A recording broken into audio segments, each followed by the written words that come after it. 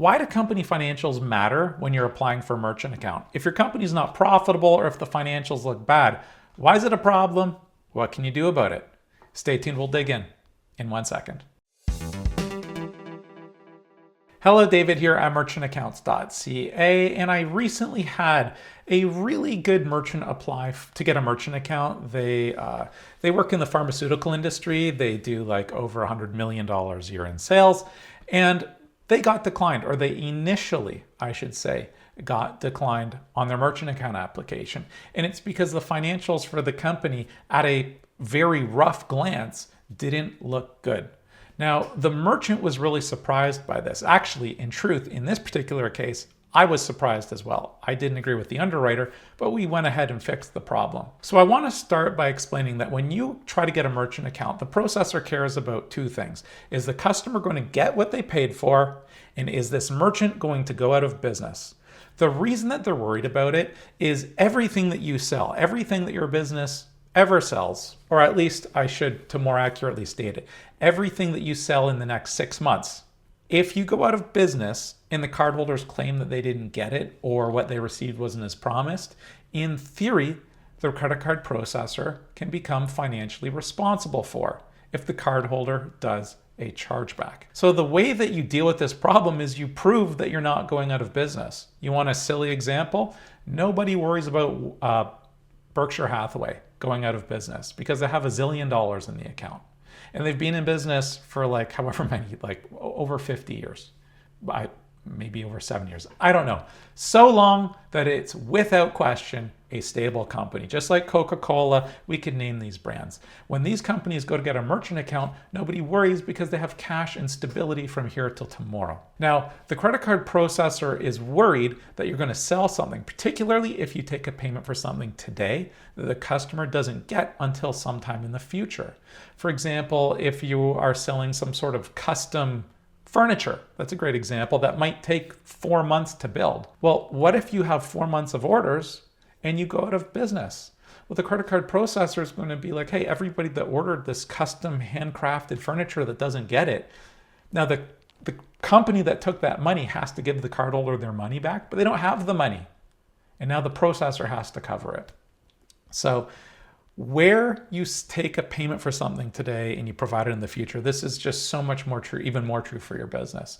So in your financial statements, you don't always show a profit. And there's lots of legitimate reasons for this. There might be upfront costs. Maybe you bought a new factory. Maybe you invested in some new software. Maybe the shareholders or directors of your business took really large draws or bonuses. Could be for very legitimate reasons. They might just be buying some exotic super sports car, or maybe for creditor protection, or I'm in Canada. In the last couple of years, they keep messing with the tax rates here. Maybe it's very legitimate tax planning reasons. For example, Warren Buffett, I don't know why I'm using him as an example twice in this video, but he just realized a whole bunch of gains in Apple last year. And I think it was because he expects the capital gains rate to increase. Point being, I went way down a rabbit hole there. There are legitimate reasons why for one particular year, the financials don't look that great. And if that's the case, holy moly, you need to do a cover letter. You need to explain why. You need to tell the processor the things that are not always obvious on a balance sheet or a profit and loss statement. Because if you're going to stay in business, if you're a rock solid merchant that's not going anywhere, but the financials aren't telling the story, then the financials alone could be enough to potentially cause you to be declined, especially if you're working with a not great credit card processor. Just to tap ourselves on the back here at merchantaccounts.ca, when that merchant got declined, we didn't take the decline. We went back. I spoke to the CFO of the company. He explained what was going on. We did an updated cover letter, re-explained it to the underwriter. You make sure that you communicate effectively to get the approval. That doesn't always happen, especially if you work with larger or more call center-based credit card processors. And as a merchant, ultimately, it's on you to make sure that you get approved. You don't want to decline, that's for sure. And with that, all I've really tried to do is explain what you can do and why the financial statements are so important when you submit a merchant account application and what you can do if they don't look good. Now, I will say, if they look terrible because they're terrible and the company's in dire financial shape and you take payments way ahead of time for a service rendered well in the future, there is no magic bullet to that situation. In that case, the payment processor might want to have some type of reserve or collateral on your account because they're legitimately worried that you're taking payments for things that might not actually get delivered. And if that's the case, there is no easy solution. But I've been working in this industry so long now, too long sometimes I think. I see a lot of cases where there's really legitimate merchants with really great businesses, and sometimes the underwriters get it wrong, and this is one way you can prevent that from happening.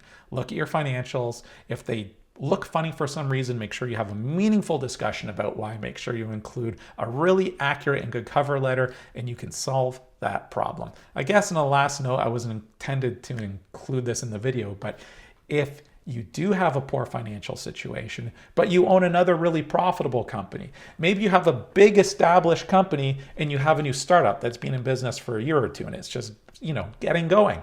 Startup stuff. Well, if the big established company will sign a guarantee, hey, if this company has a problem, we'll pick up the bill so you don't have to worry about it, you can do that too. So there's usually things that you can do to help with approval. And with that, I hope this was helpful. I hope it explained why the company financials are pretty important when applying for a merchant account. Now, if you have a business and you're looking to get a merchant account and perhaps your financials don't look great or there's complexity, please do reach out to us at merchantaccounts.ca. We would love to hear about your business. And other than that, thanks for watching. Have a nice day. Bye now.